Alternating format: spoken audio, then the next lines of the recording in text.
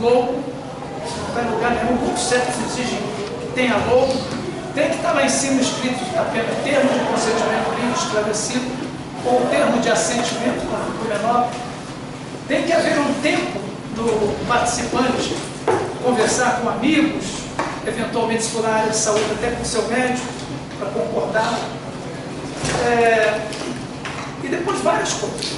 As coisas principais: manter confidencialidade, privacidade daquilo, saber que ele vai guardar confidencialidade, guardar privacidade, ressarcimento de despesas.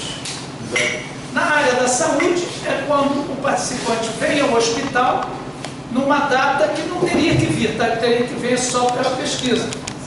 Vocês normalmente não têm esse problema. Vocês, por exemplo, vão lá a uma escola, então o participante não está se deslocando para lugar nenhum. E a legislação exige que haja um ressarcimento quando o participante precisa de um acompanhante. Eu, por exemplo, sempre tenho que andar com uma cuidadora do lado. Pela idade, a gente tem que andar com uma cuidadora. Então, eu teria que pagar a minha cuidadora também. Não vale namorada para pagar uma coisa. Alimentação. Isso é questão de bom senso. Tem gente que diz isso faz mais para a gente. Chega a gente no hospital, na área, por exemplo, de certa área da medicina, ele faz um procedimento diagnóstico que demora horas. Às vezes ele fica lá num quarto, né, fazendo uma cintilografia, num quarto especial, ele entra de manhã, só vai sair à noite. Ele tem que se alimentar. Outra coisa, a área de intervenção também, assistência médica imediata. Isso é uma coisa obrigatória. Por exemplo, se houver alguém, isso também não deve acontecer com vocês, nas questões de vocês, sofre uma intervenção e passe mal, independente de haver nexo causal ou não, ele tem que ter uma assistência imediata. O nexo causal só vai ser exigido para a indenização. Que tem que estar lá escrito: ah, não, mas eu não tenho dinheiro, como acontece nos projetos acadêmicos, para pagar a indenização. Mas tem que estar escrito que o pesquisador reconhece que o participante não pode abrir mão de buscar a indenização pelos meios legais. Uma pergunta, na verdade, é do Diego. Na verdade, mas eu queria cortar o assunto, que seria um outro assunto, só que eu tenho que sair para uma aula. Ah, não, então pode cortar. Na verdade, eu ia perguntar, você está falando sobre os procedimentos, no momento que você vai submeter a sua pesquisa, né? Mas quais seriam os procedimentos após você já ter o parecer consubstanciado, o que você tem que prestar contas, entre aspas, digamos assim, ao comitê de ética e até aos próprios participantes da pesquisa? Essa é a primeira pergunta. E dentro disso, aproveitando um episódio semelhante que a Terezinha mencionou, se quando você presta contas aos participantes, se o participante discorda daquilo que está escrito ali na comunicação de resultados e ele quer que os seus dados não estejam mais incluídos na pesquisa, se ele já assinou o termo de consentimento, se é possível ou não. Pela última resposta da última, a qualquer momento o participante pode ser retirado da pesquisa. Sim, eu concordo. Só que eu fiquei na dúvida pelo seguinte: no momento quando você respondeu a ela, você falou se o participante já assinou o termo, os dados até ali já estão validados. Isso vale para. Eu respondi isso com relação às pesquisas com medicamento. Porque você tem dados, enquanto ele estava consentindo com a pesquisa, o patrocinador pode usar aqueles dados. Não pode usar os dados ulteriores. Nesse caso é um pouco diferente. Nas ciências humanas e sociais ele quer, desistiu de pagar, não quer mais que aquela entrevista que ele deu, pode ser. A primeira pergunta era... A primeira pergunta, os protocolos que você tem que ter após o parecer consubstanciado. Isso que nós chamamos a monitorização. Sabemos que o comitê de ética ele se torna corresponsável de um protocolo de pesquisa após a aprovação. Isso é importante do ponto de vista jurídico. Nós vamos ser chamados lá também. Houve uma denúncia de um professor titular da medicina aqui na universidade, um negócio muito sério, em que estaria se pagando para o participante de pesquisa. Ele fez uma comissão, eu vi, não sei se foi no CT, em algum lugar, que eu não tenho tempo direito. Eu cheguei numa sala assim muito grande, pesquisador, uma comissão, identifiquei, o senhor é o coordenador do Comitê de Ética, o senhor por acaso sabe, tem conhecimento que o participante de pesquisa está recebendo? Olha, isso não faz parte das obrigações do Comitê de Ética, a gente não pode ficar lá sabendo se... Ah, muito obrigado, o senhor pode se retirar. Fiquei lá assim, 20 a 30 segundos e fui embora. Esse professor foi exonerado da Faculdade de Medicina. E a história não terminou aí não, ele entrou na justiça e voltou. Hoje o pesquisador continua mandando projetos para o nosso. Então até hoje eu não fiquei sabendo realmente se provou que pagava, se não provou que não pagava. Isso, o Comitê de Ética não tem essa capacidade. Nós não somos polícia, nós aceitamos o que o pesquisador coloca nos documentos. A monitorização que nós fazemos são os relatórios semestrais. Quando chega, nós temos um sistema que nos avisa, por exemplo, ele tem a aprovação do projeto. Daqui a 6 meses, o sistema avisa a nossa funcionária que, olha, o boleto faz 6 meses que o projeto dele foi aprovado. Aí ela entra na plataforma e vê se ele mandou ou não o relatório. Se ele não mandou, nós temos um e-mail padrão que ele vai receber. Olha, falta, 2 coisas ele pode fazer. Ah, não, então, me mandar o relatório. Ou não dá a menor bola. Aí nós temos um e-mail para o orientador do aluno, por exemplo, se for o caso. Também não deu a menor bola. Nós mandamos o responsável da instituição. Então nós cobraríamos eventualmente no diretor do Instituto de Matemática, que tem um aluno e um orientador dentro do programa aqui, e o coordenador do programa também, o aluno, orientador, coordenador do programa. E por último, o diretor da instituição que não está cumprindo as regras éticas acordadas. Esse pesquisador, obviamente, não vai mandar projeto, a gente não vai aceitar mais projeto dele. Vida real, nós nunca chegamos a precisar de passar do orientador. Normalmente o orientador manda, pelo amor de Deus, é o meu melhor aluno, não sei porque aconteceu isso, aí no dia seguinte vem. É igual que nós fazemos lá na Conep, a tal suspensão temporária que inventamos lá. Porque antigamente a gente fazia o seguinte, a gente punia os CEPs suspendendo ou cancelando.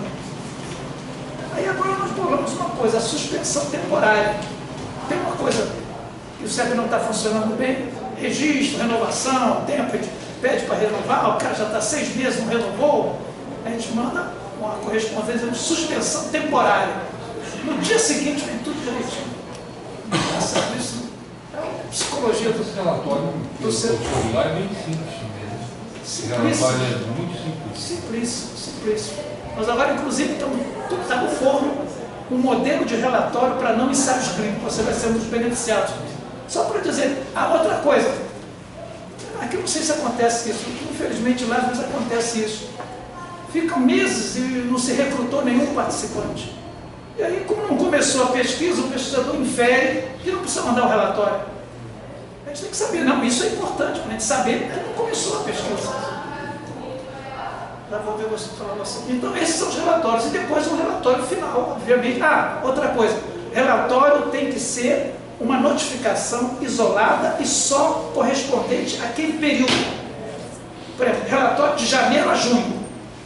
Aquele período. Tanto fazer isso, relatório de junho a dezembro. É outro período. No final é que vai ser o somatório de tudo. Porque eu costumo misturar uma coisa com a outra e ficar.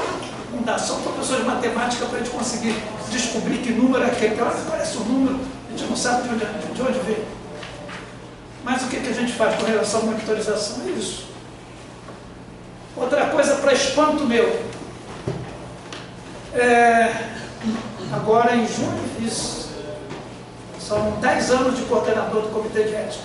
Até hoje não recebi uma denúncia. O que significa isso? Que as pesquisas estão correndo maravilhosamente bem? Claro que não. Você vê? Isso significa simplesmente a vulnerabilidade do nosso participante de pesquisa lá do hospital. Eles não têm coragem de fazer uma denúncia contra o seu médico. Esse é um problema que perspassa todos os comitês de ética do Brasil. A gente não sabe ainda como resolver isso. A gente tenta o máximo, às vezes, resolver isso, botar uma linguagem mais fácil, tudo, mas a gente sabe que não é verdade. O que acontece muitas vezes é o seguinte, chega assim e passa, assina aí. É igual que você vai fazer um exame hoje, né? Tomografia, horrível. Aí manda a gente assinar aquele negócio, o juiz olha para aquilo e acha até graça, né? E você não lê aquilo tudo, né? Você vê TCLS da indústria com 15, 20 páginas. Nos índios, eu aprendi uma coisa, você sabe o que eles fazem com TCLS acima de uma página? Eles fazem negócio de fumo, para fumar. Eles gostam muito quando vem mais de uma página. Então, o cara botar mais de uma página para o índio, né? E o índio tem que assinar individualmente, e o pajé também, o chefe da tribo, tem que assinar. A FUNAI, as FUNAIzinhas, né, as várias FUNAIs têm que dar autorização com frequência, e eles não estão errados. A FUNAI, para dar autorização para entrar na população indígena, precisa da comissão do Comitê de Ética. Então, para não criar uma coisa kafkiana, a gente aceita que o pesquisador coloque que depois da aprovação do Comitê de Ética ele vai entrar com a autorização da FUNAI. Então, são essas coisas diferentes. Você tinha uma outra pergunta? Sim, então, mostrando pelo profundo desespero que a pessoa fala, mexendo na sala, eu fui fazer.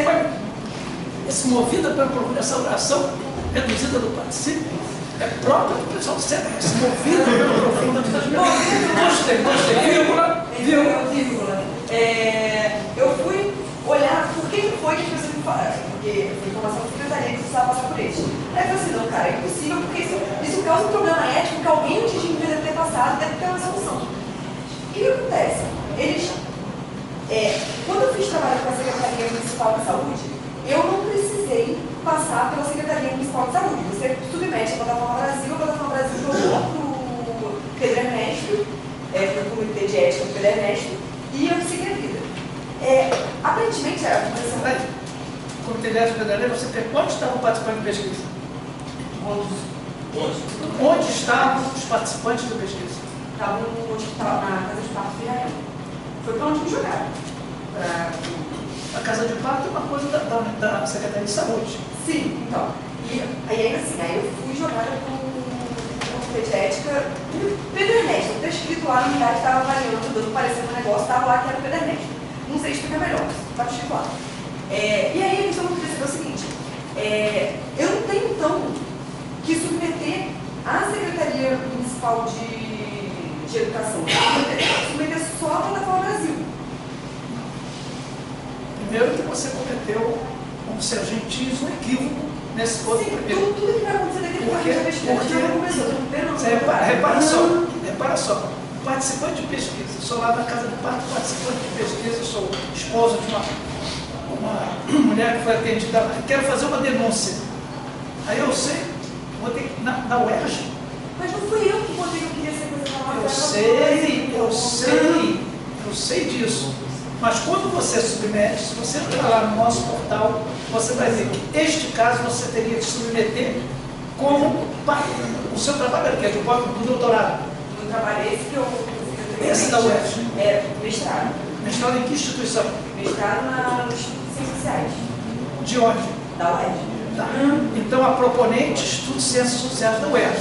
Vai ter um parecer de lá, da UERJ. Agora, instituição participante, casa de parto. Sim. Que tem que ter um parecer da Secretaria Municipal de Saúde. Não, quem tem que botar isso é você, não pode botar na plataforma. Essa plataforma não sabe. Eu tenho tive autorização da diretora da casa de parto. Mas você tinha que ter a aprovação do Comitê de Ética, participou do presidente do programa. Sim, o Comitê de Ética me aprovou. Eu estou falando com o Comitê de Da UERJ, o Comitê de Ética da sua instituição proponente. É um Comitê de Ética da sua instituição participante. Existem 3 instituições: proponente, participante e co-participante. Tem que ver, vocês têm que ver as coisas lá. Calma aí, então deixa eu ver se eu entendi. Entra no portal nosso que você vai ter todos que você vai perguntando. Tá? Assim, eu fiz um intensivo de Plataforma Brasil. Depois do 4º mês esperando meu trabalho ser aprovado, eu pensei, eu preciso virar doutora em Plataforma Brasil. E de tudo que eu li exaustivamente, em momento nenhum me apareceu que eu precisava ter submetido o trabalho à Secretaria Municipal de Saúde. Então está escrito no Então você naquela parte que está cada instituição participante, você pulou. Você passou para outra página. Porque está escrito lá, instituição participante, instituição proponente e co-participante. As 3 definições. Então, a proponente seria o UERJ. Onde é o seu curso? Isso, o Instituto de Ciências Sociais. Seria o Instituto de Ciências Sociais. Eu não sei se ele tem CEP. Não tem. Tá.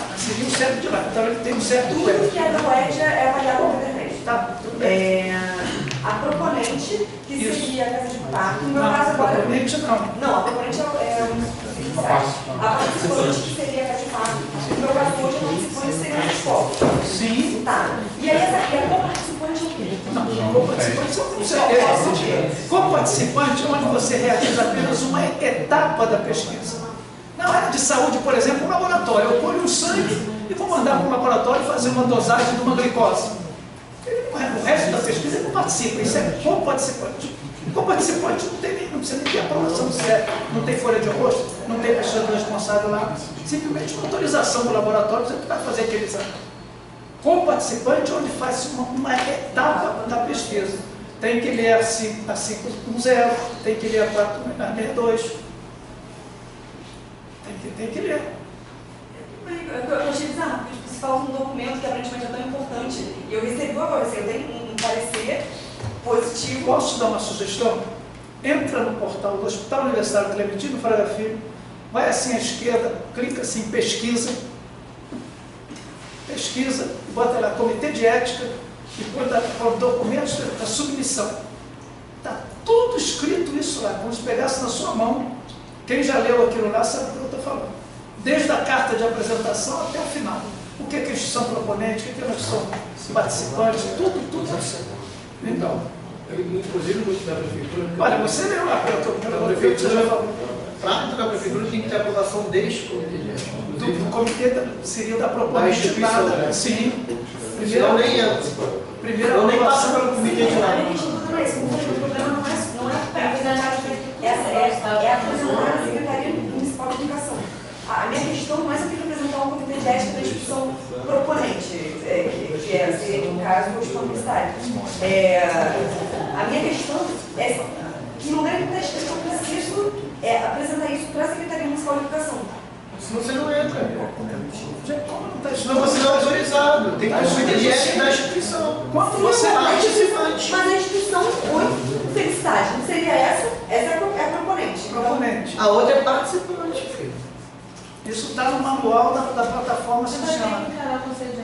Eu acho que está O CEP da Secretaria de Educação vai exigir o parecer do CEP da FRJ. Sim, é isso. É isso que eu estou entendendo. Sim, essa parte a gente não pediu. Então, mas está lá. Você, quando cadastrar, você tem que cadastrar proponente aqui e botar participante lá, secretaria, com CNPJ da Secretaria Municipal de Educação. Não as escolas, os participantes Não das escolas, da Secretaria de Educação. Que aí, quando a proponente aprovar, vai automaticamente vai lá para o participante, para o comitê de ética para lá. Você manda para lá. Professor, no caso de pesquisa assim, com grupos, né, que você falou que em termos de assentimento ou de compromisso, um grupo é diferente de quando é individual, que a gente faz um termo para cada pessoa. No caso, quando é uma turma, por exemplo, que seria possível fazer uma autorização da instituição ou... Não, depende. Vou te dar um exemplo da nossa área para ver se você transplanta para cá. Depende de certas doenças. Por exemplo, um grupo dos pacientes com hipertensão arterial, pressão alta. É muito comum lá as enfermeiras reúnem aqui um grupo e dão palestra sobre a hipertensão. Isso é muito comum lá enquanto está esperando consulta. É um processo educativo. Aí o pesquisador quer fazer um processo. Então pode ser que nesse tipo, o CEP aprovando, em vez de eu dar um processo de recrutamento, de assentimento, de TCLE individual para cada um, eu chego aqui, reúno vocês todos aqui, vocês que estão aqui, passo até um filme, faço uma olha, a pesquisa é essa, não sei o que, leio para vocês, para o grupo todo, e depois só colho a assinatura. Isso é possível. O que o CEP vai avaliar e se isso vai causar ou não constrangimento entre vocês. Eu não faria isso, por exemplo, para quem tem sorologia positiva para HIV. Eu não faria isso num grupo de doença sexualmente transmissível. Não depende da doença. Faria isso, talvez, com os velhinhos com problema reumatológico. Então, em qualquer caso, sempre vai ter que ter assinatura individual. Não, tem que ter de cada... assinatura. Eu estou falando do processo que pode ser a explicação. Em vez de eu explicar para cada um, eu posso, quando o comitê de ética acha que não vai haver constrangimento, explicar para 20 pessoas, em vez de ficar um por um. Isso pode. Depois do... Que é o caso quando a gente está avaliando o processo de ensino, né? A metodologia Quando a gente está uma metodologia diferenciada. para uma turma. Sim. É esse caso. E Né? aí, na verdade, a questão era você tem que ter uma turma de 30 alunos, tem que pedir a autorização dos responsáveis dos 30. Você pode fazer. Não, o responsável tem que assinar. Você pode fazer uma reunião com todos os pais de uma vez só. Isso que você está entendendo? Desde que o que esteja no TCDE, o que o Comitê de Ética tem que ver, se aquilo não vai fazer constrangimento do grupo. Eu acho que não, pelo que você está contando aí. Vocês vão dizer qual é o tipo de pesquisa, o que vocês vão fazer com as crianças, pode reunir os pais, numa reunião de pais, todos concordam, mas tem que assinar. Mas também tem um problema, por exemplo, tem uma turma com 30 alunos. Sim. Eu não consigo contactar os 30 pais, os pais não comparecem, tenho 25 pais lá. Olha, muito cuidado com pesquisa com crianças. Você viu o que você está perguntando aqui? Em 30 alunos não consegue contactar os pais. Pais no plural, inclusive, você falou. Isso é uma coisa estranha.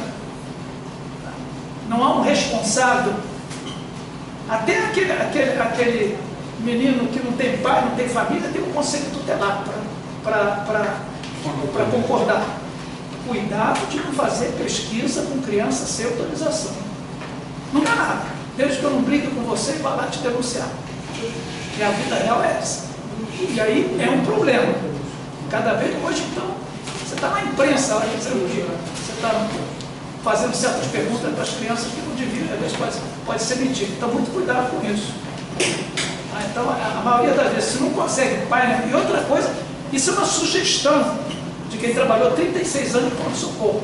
Eu, se pesquisasse criança, eu pediria, não está na legislação não, isso é uma sugestão, eu pediria a assinatura do pai e da mãe. O pai e da mãe, dos dois. O que dá de confusão quando tem briga de casal, de separa, outros, filha, isso não é médica, né? Não mandei fazer isso no meu filho, uma confusão danada. E o médico no meio. E agora o participante de pesquisa no meio. Como é que fica a questão ética no fato de, o senhor falou quando a gente estava na outra sala, de que às vezes a gente vai observar o comportamento e ao descrever isso para os alunos a gente acaba enviesando a nossa pesquisa, os alunos vão ficar com atitudes diferenciadas porque a gente... Por exemplo, nesse caso de metodologia de ensino, eu quero ver se a minha metodologia de aula surtiu um bom efeito. Sim. E aí eu, por exemplo, boto uma câmera, estou filmando o comportamento dos alunos durante a aula. Ciência do comportamento. Como é que, do ponto de vista ético, eu trabalho isso com crianças, falar que eu vou filmá-los? Não, você não vai falar, se você falar filmar, você acabou. Mas como é que eu faço então, do ponto de vista prático? Eu já dei essa resposta, é a mesma resposta. Primeira coisa mais importante, você tem que delinear, botar direitinho na sua pesquisa o que ela vai ser feita e um comitê de ética aprovar o que eu vou falar daqui para frente. O comitê de ética é soberano, você tem que guardar isso para a sua proteção. Me pergunta justamente como é que eu vou propor isso para passar no comitê. O comitê de ética dizendo que é uma coisa do comportamento, se as crianças souberem, não vai prejudicar a sua avaliação. Aí um outro questionamento que você não fez, mas eu faria para você. Qual a probabilidade, você gosta da probabilidade também? Qual a probabilidade, se você tivesse o consentimento dos responsáveis no momento zero, antes da gravação, mas não tivesse, as crianças não saberiam? Dito de outra maneira, você acha que os pais iam contar para as crianças? Para invalidar a sua pergunta ou não? Porque se você achar que não, você podia fazer isso para se resguardar. Você pedir primeiro o consentimento dos pais e dizer, olha, nós vamos fazer isso, não avisa para as crianças. Eu falei, seria uma sugestão. Não avisa para as crianças, elas vão ser filmadas. O importante disso é que elas também têm que concordar. Eu sou o pai, concordei, você gravou, mas o meu filho ou minha filha tem que concordar. Se ela não concordar, não vai. Concordar com o pós, né? Porque eu gravei sem ele saber, né? Não, com o pós. Essa seria uma maneira elegante de você resolver esse problema. Eu, como comitê de ética, aprovaria isso. E aí, só para reforçar aqui... Desde que você não tivesse pai muito fofoqueira, né? Olha, vamos fazer isso com você, amor. No caso, mas não fala que eu falei. Mas não fala. Eu vou contar uma coisa para você, mas é um segredo, você jura que não vai contar para ninguém. Isso eu fazia, eu tinha uma enfermeira, quando eu queria que o hospital, sabe quem é? O chefe lá do meu serviço, quando eu queria que o hospital todo soubesse, eu falava para ela assim, por favor, não conta isso para ninguém, você jura que não vai contar? Olha, senão eu não vou falar. Não, seu pai fala, não, pensa nisso, não vai falar para ninguém. Ah, não, então eu vou contar. Eu sabia que o negócio ia espalhar com muita facilidade. Vocês estão rindo, mas é a pura verdade. Não, pensando em algumas pessoas. Como eu já disse, se você não é capaz de guardar o seu segredo, você quer que eu vou falar para o aluno o seguinte, escuta, lembre que todo melhor amigo tem melhor amigo. No caso dele, se uma oportunidade de fazer uma pesquisa na instituição, ele tem que ter autorização. Como aluno, você tem que ter autorização dos responsáveis desses alunos, do Conselho de Ética daqui e do setor onde essa instituição pertence. Que seria a proponente e lá o participante. Uma reitoria. E vocês aqui raramente vocês vão ter proponente e participante aqui, né? A não ser que você faça uma pergunta para os próprios alunos. Acontece, mas mais frequente fora. Pois é, mais frequente fora. Você tem que ter o projeto em primeiro lugar e passar para ele, né? Sim. Você pode fazer uma pesquisa com os coordenadores do comitê de ética. Vem aqui conversar com a gente. Quem sabe? Alguma outra dúvida, gente? Porque as dúvidas, ela está com um problema razoavelmente sério. Não, acabei de conseguir resolver. Aí sim. Você saiu do doutorado? Tranquilo? Olha. Vou desistir. Ah, bom. Não, brincadeira. O problema dela é sério o seguinte, ela vai pegar poucos professores, pessoal, de 2 ou 3 colégios, quer dizer, uma meia dúzia de professores, e fazer perguntas que podem levar a críticas à diretora, à secretaria, etc, etc. E, obviamente, se ela publicar isso, mesmo que não põe o nome, mas olha aqui, de 10 pessoas, disseram que os 2 diretores são uma porcaria. Fica identificado. Então, isso é um problema do grupo. Não, mas eu resolvi. Não sei. Juro que eu não sei. E pode ser que tenha alguém com um problema no futuro.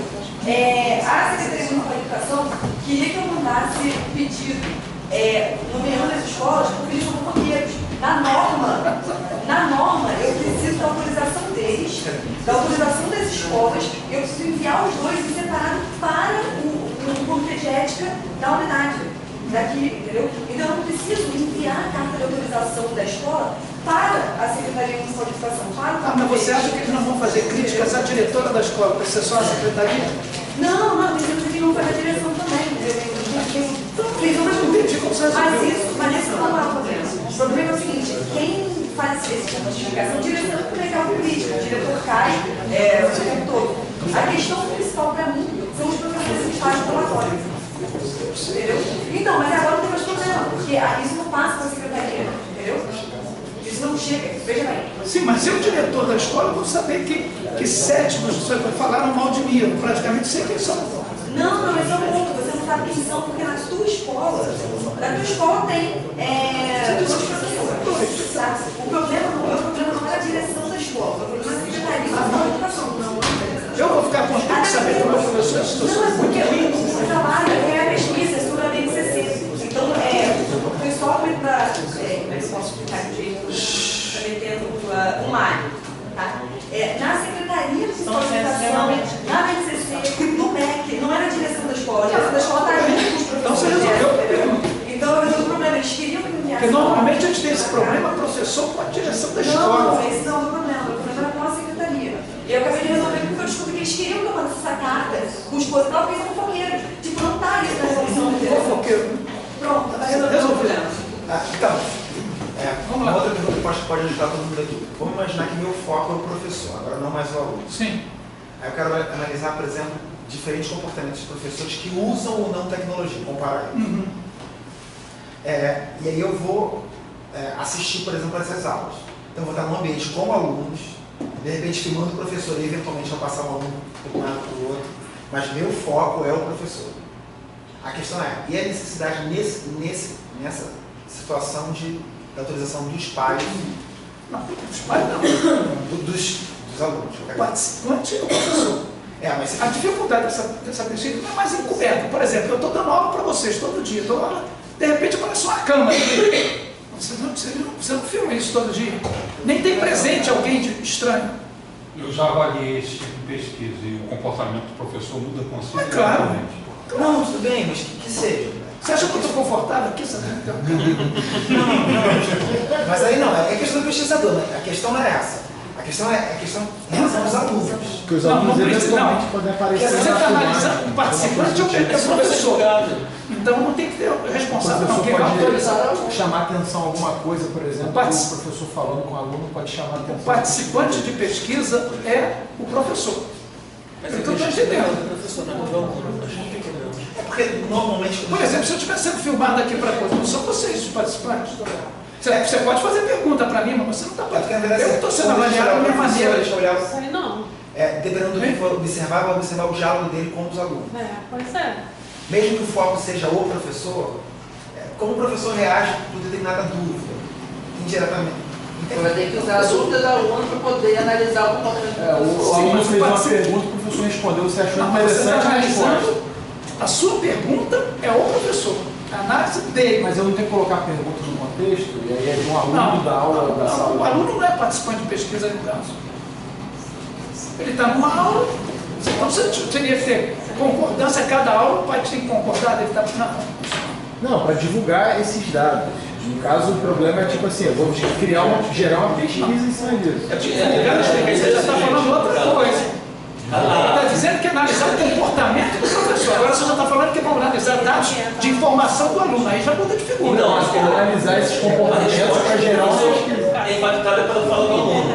Então, no registro de um artigo, eu preciso colocar também a fala do aluno. E aí, colocando a fala do Se aluno, você botar a fala do aluno, claro. É tão Claro.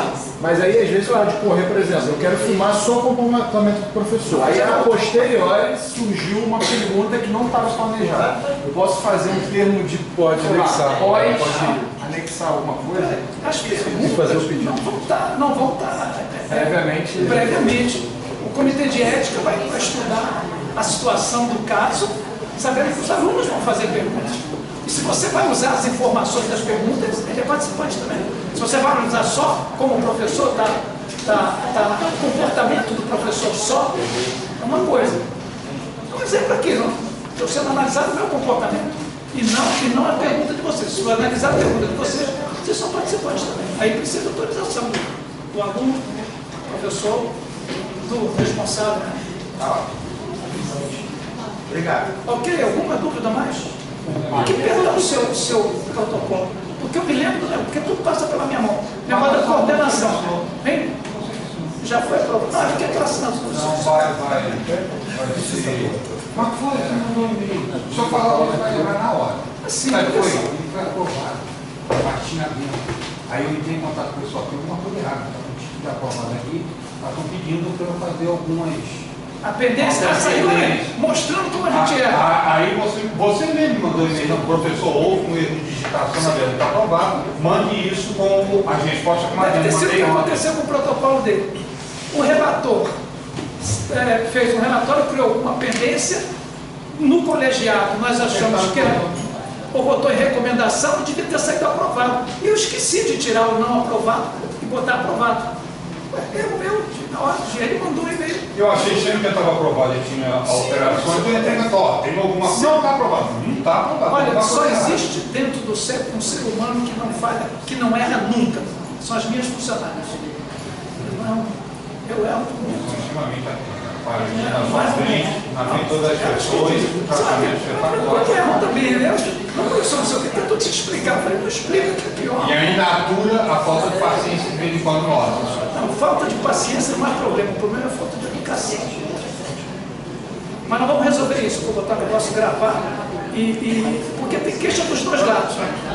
Claro.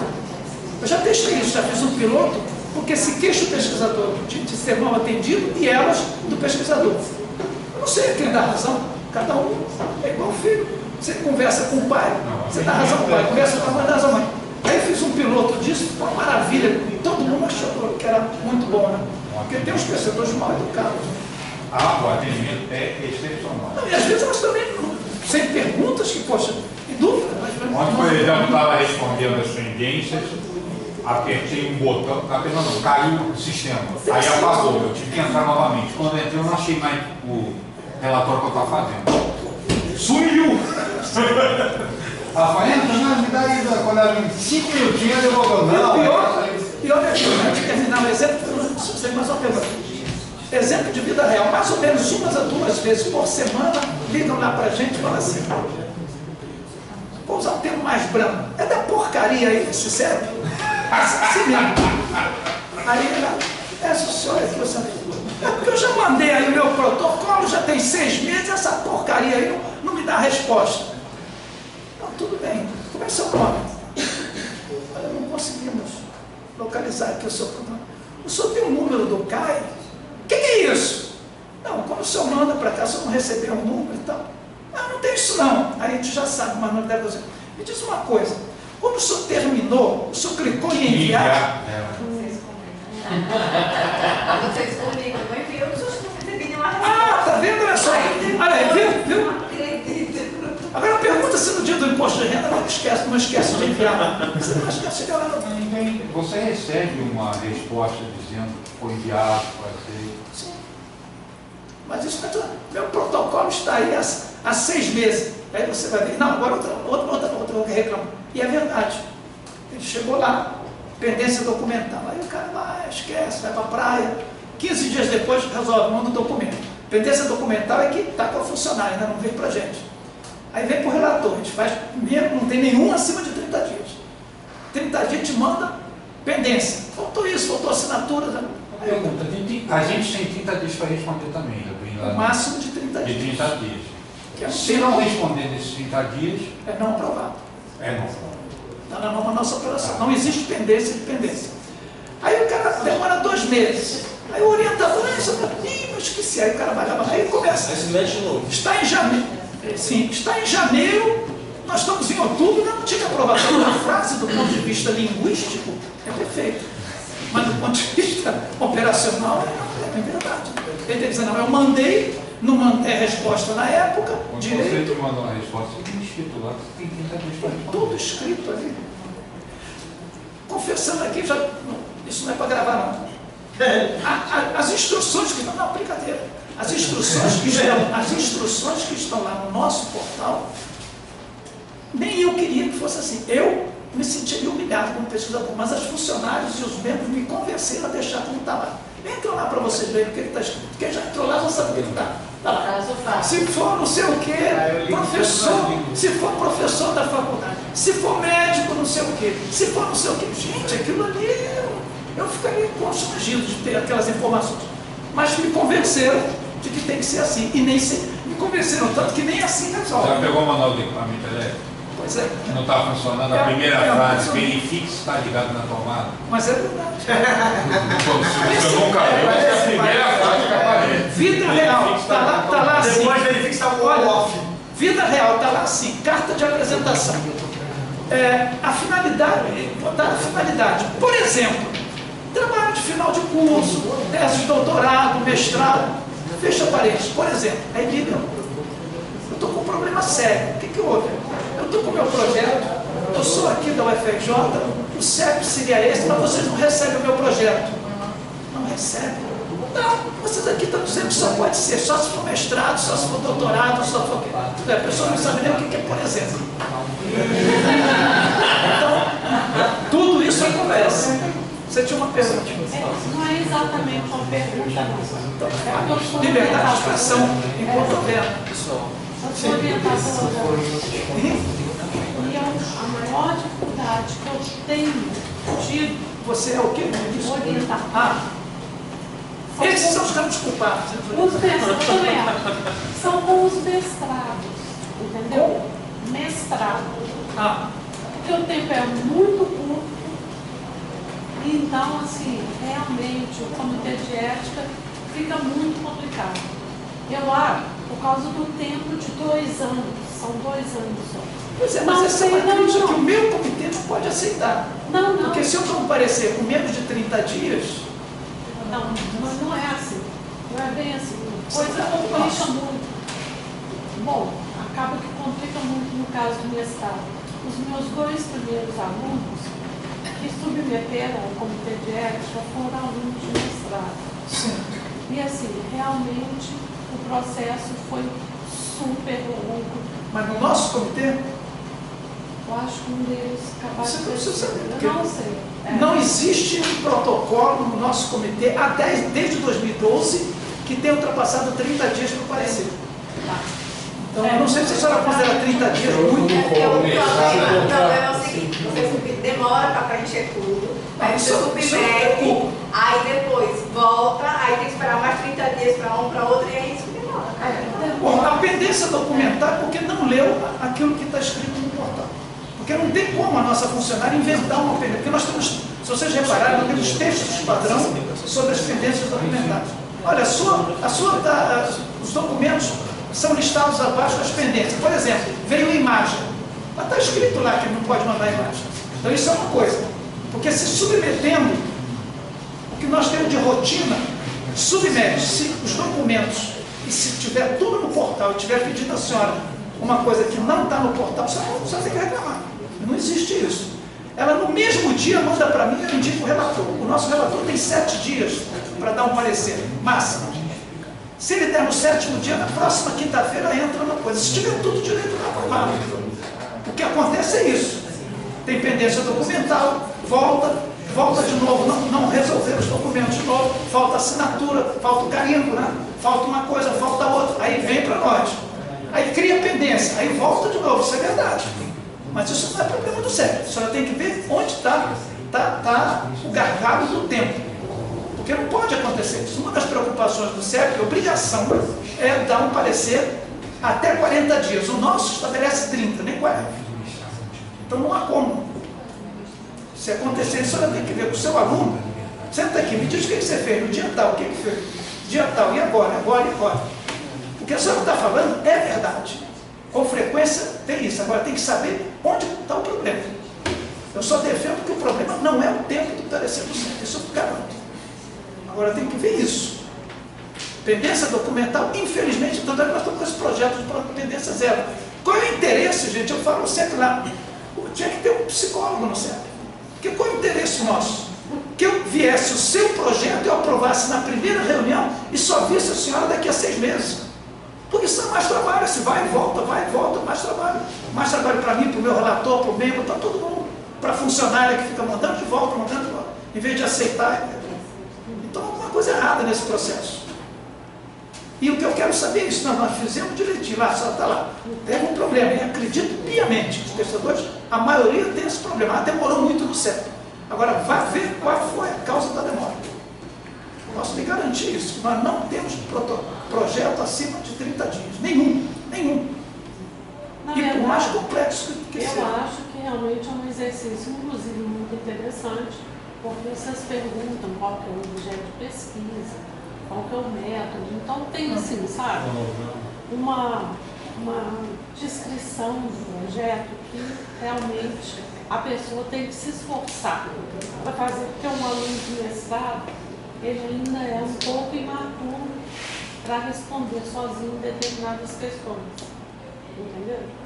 Só que, não sei, só fica assim uma sugestão que como nós temos só 2 anos para fechar essa... Demora 1 ano para ele decidir normalmente o que vai fazer. Tem 1 ano só. Exatamente, o negócio é muito crítico começar, mas aí o demora. Qual é a sua sugestão? Ele pode falar, eu não tenho.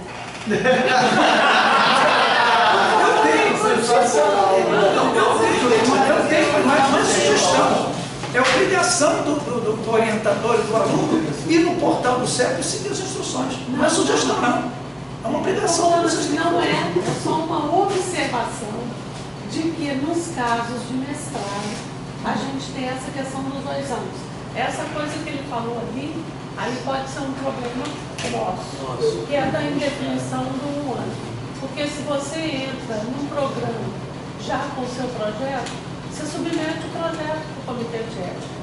Nós aqui não, nós ainda temos um tempo para esse projeto amadurecer. Até no doutorado, né, que já é um projeto.